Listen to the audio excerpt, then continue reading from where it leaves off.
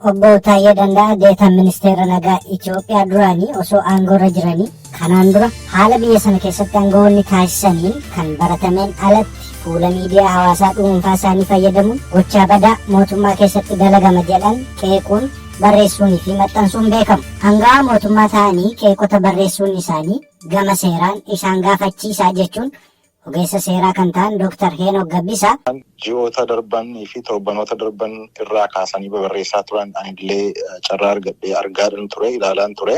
Akkuma nama tokkootti waa'ee nageenya biyya sanaa ilaalchisee rakkoo mootummaatii rakkoo corruption yookaan immoo rakkoo malaammaltummaatu jira. Mootummaan fedhiidha hin qabu kan jedhutu yaada isaanii dhiyeessaadha turan.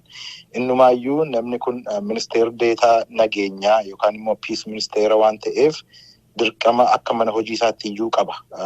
Nageenyi akka dhufuuf yaada adda addaa kennuudhaaf. An akka ogeessa seeraa tokkotti seera obbo Taayee Danda'a cabsan hin argine. Sabaa'oo kan turanii fi mana hidhaa keessa kan turan jijjiirama siyaasaa dhufeen booda dhiifaman kan gallakkifamanii fi carraa kennameef itti fayyadamuun hooggansa sadarkaa federaalaa fi naannootti itti gaafatamummaa adda addaarra turanii jala. Dr. Milkeessaa Miidhagaa kanaan dura aangawa mootummaa kan turanii fi amma Yuunaayitid Isteetsitti kolleejjii Albeeyoonitti barsiisaa saayinsii siyaasaa kan ta'an obbo Taayyeen mana hidhaa keessaa dhiifaman hin hiikamne. Hidhaa itti murtaa'ee fixatanii ba'anii barnoota isaanii xumuranii waliin mootummaatti dabalamne jedhanii obbo Taayyeen barreeffamoonni isaan maxxansaa turan nagaa barbaachaa jechuun ibsu.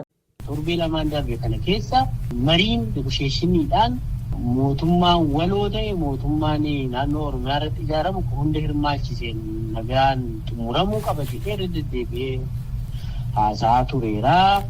Mariin Tanzaaniyaa Daar es Salaamitti milkaa'uu dhabuuf mootummaatti itti gaafatama waan jedhus kaaseera.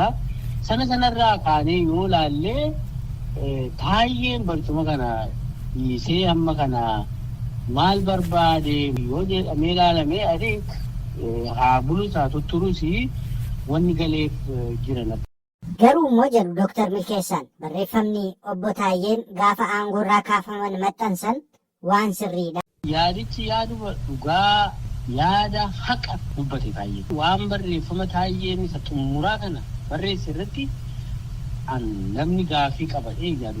Barreeffamni obbo Taayyeen addatti muummicha ministeeraa maqaa dhahanii maxxansan seeraan isaaniin gaafachiisuu jechuun Dr. Heenok.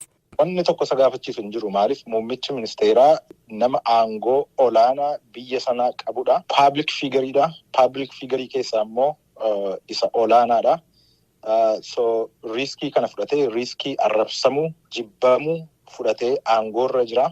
Kanaaf akkuma nama dhuunfaa tokko gadi ba'ee na arrabse jedhee himachuu hin danda'u.